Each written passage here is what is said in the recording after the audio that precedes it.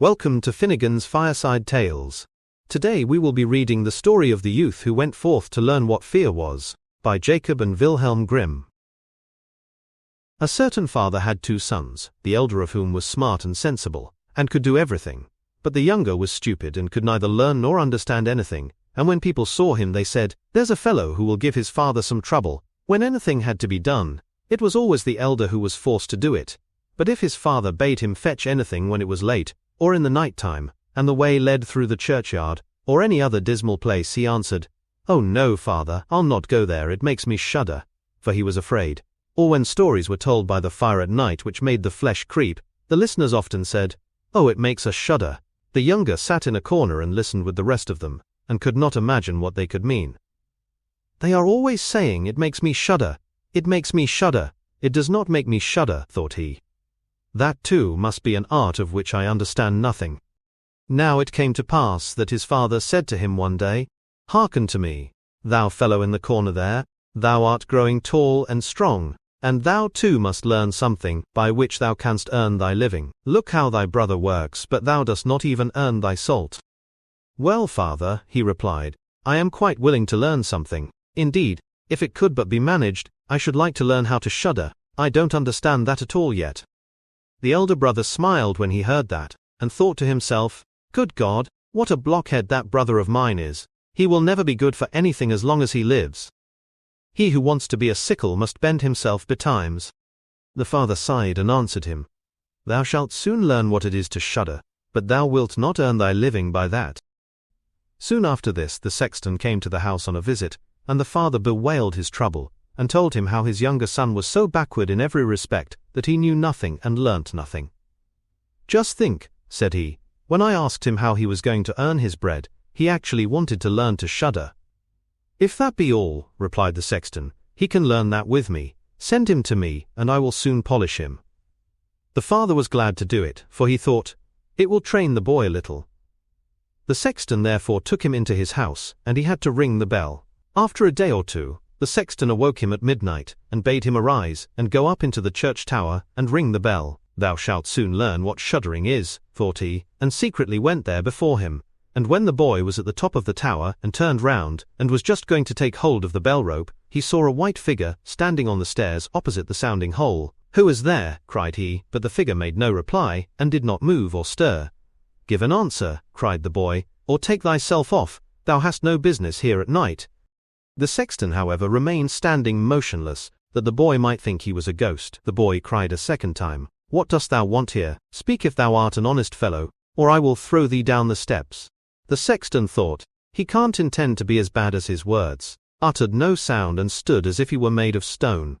Then the boy called to him for the 3rd time, and as that was also to no purpose, he ran against him and pushed the ghost down the stairs, so that it fell down 10 steps and remained lying there in a corner.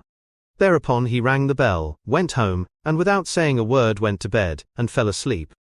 The sexton's wife waited a long time for her husband, but he did not come back. At length she became uneasy, and wakened the boy and asked, "Dost thou not know where my husband is? He climbed up the tower before thou didst." "No, I don't know," replied the boy, "but someone was standing by the sounding hole on the other side of the steps, and as he would neither give an answer nor go away, I took him for a scoundrel, and threw him downstairs. Just go there and you will see if it was he. I should be sorry if it were." The woman ran away and found her husband, who was lying moaning in the corner, and had broken his leg. She carried him down, and then with loud screams she hastened to the boy's father. "Your boy," cried she, "has been the cause of a great misfortune. He has thrown my husband down the steps and made him break his leg. Take the good-for-nothing fellow away from our house." The father was terrified, and ran thither and scolded the boy. "What wicked tricks are these?" said he. "The devil must have put this into thy head." "Father," he replied, "do listen to me. I am quite innocent. He was standing there by night like one who is intending to do some evil. I did not know who it was, and I entreated him 3 times either to speak or to go away." "Ah," said the father, "I have nothing but unhappiness with thee. Go out of my sight. I will see thee no more." "Yes, father, right willingly. Wait only until it is day. Then will I go forth and learn how to shudder, and then I shall, at any rate, understand one art which will support me." "Learn what thou wilt," spoke the father, it is all the same to me. Here are 50 thalers for thee. Take these and go into the wide world, and tell no one from whence thou comest and who is thy father, for I have reason to be ashamed of thee. Yes, father, it shall be as you will. If you desire nothing more than that, I can easily keep it in mind.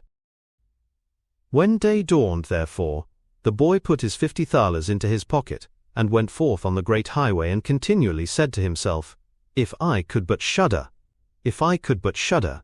Then a man approached, who heard this conversation which the youth was holding with himself, and when they had walked a little farther to where they could see the gallows, the man said to him, Look, there is the tree where 7 men have married the rope-maker's daughter, and are now learning how to fly. Sit down below it and wait till night comes, and thou wilt soon learn how to shudder. If that is all that is wanted, answered the youth, it is easily done, but if I learn how to shudder as fast as that, thou shalt have my 50 thalers. Just come back to me early in the morning. Then the youth went to the gallows, sat down below it, and waited till evening came.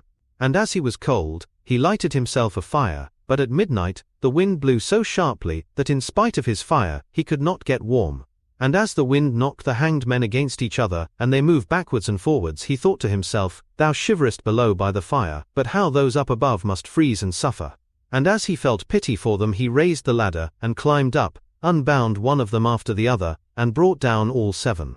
Then he stirred the fire, blew it, and set them all round it to warm themselves. But they sat there, and did not stir, and the fire caught their clothes. So he said, Take care, or I will hang you up again. The dead men, however, did not hear, but were quite silent, and let their rags go on burning. On this he grew angry and said, If you will not take care, I cannot help you, I will not be burnt with you. And he hung them up again, each in his turn. Then he sat down by his fire and fell asleep, and the next morning the man came to him and wanted to have the 50 thalers, and said, Well, dost thou know how to shudder? No, answered he, how was I to get to know? Those fellows up there did not open their mouths and were so stupid that they let the few old rags which they had on their bodies get burnt. Then the man saw that he would not get the 50 thalers that day, and went away saying, One of this kind has never come my way before. The youth likewise went his way, and once more began to mutter to himself, Ah, if I could but shudder! Ah, if I could but shudder! A wagoner who was striding behind him heard that and asked, Who art thou? I don't know, answered the youth. Then the wagoner asked, From whence comest thou? I know not. Who is thy father? That I may not tell thee. What is it that thou art always muttering between thy teeth? Ah, replied the youth, I do so wish I could shudder, but no one can teach me how to do it. Give up thy foolish chatter, said the wagoner. Come, go with me, I will see about a place for thee. The youth went with the wagoner, and in the evening they arrived at an inn, where they wished to pass the night. Then at the entrance of the room the youth again said quite loudly, If I could but shudder! If I could but shudder!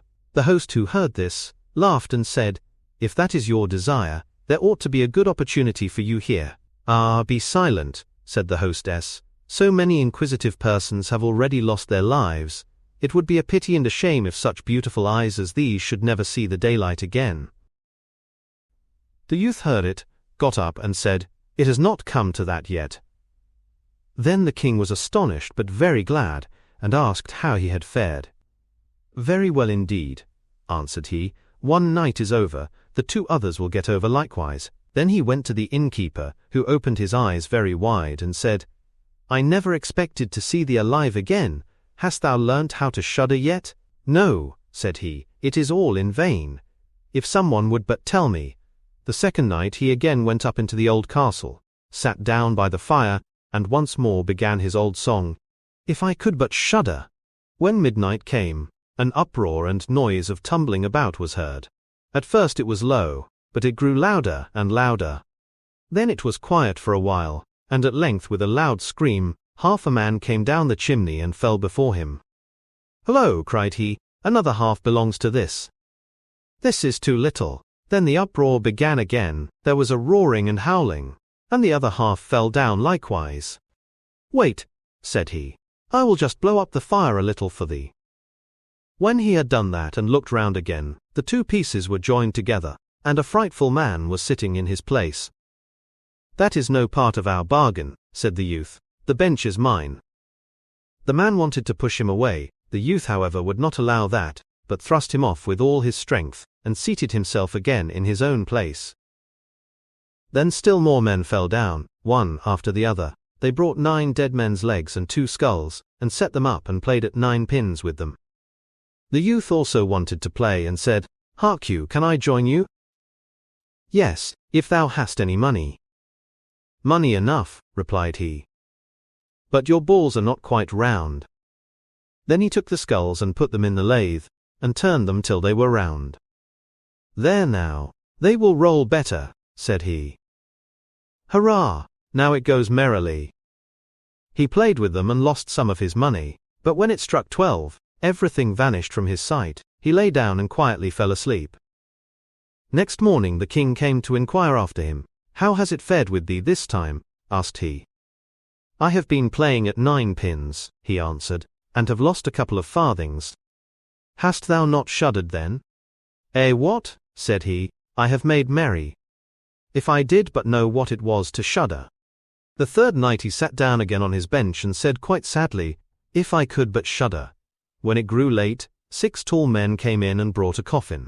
Then said he, "Ha ha, that is certainly my little cousin, who died only a few days ago." And he beckoned with his finger and cried, "Come, little cousin, come." They placed the coffin on the ground, but he went to it, and took the lid off, and a dead man lay therein. He felt his face, but it was cold as ice. "Stop," said he, "I will warm thee a little," and went to the fire and warmed his hand and laid it on the dead man's face, but he remained cold. Then he took him out, and sat down by the fire and laid him on his breast, and rubbed his arms that the blood might circulate again. As this also did no good, he thought to himself, "When 2 people lie in bed together, they warm each other," and carried him to the bed, covered him over, and lay down by him. After a short time the dead man became warm too, and began to move. Then said the youth, "See, little cousin, have I not warmed thee?" The dead man, however, got up and cried, "Now will I strangle thee." "What?" said he, "is that the way thou thankest me? Thou shalt at once go into thy coffin again." And he took him up, threw him into it, and shut the lid. Then came the 6 men, and carried him away again. "I cannot manage to shudder," said he. "I shall never learn it here as long as I live." Then a man entered, who was taller than all others, and looked terrible. He was old, however, and had a long white beard. "Thou wretch," cried he, "thou shalt soon learn what it is to shudder, for thou shalt die." "Not so fast," replied the youth. "If I am to die, I shall have to have a say in it." "I will soon seize thee," said the fiend. "Softly, softly, do not talk so big. I am as strong as thou art, and perhaps even stronger."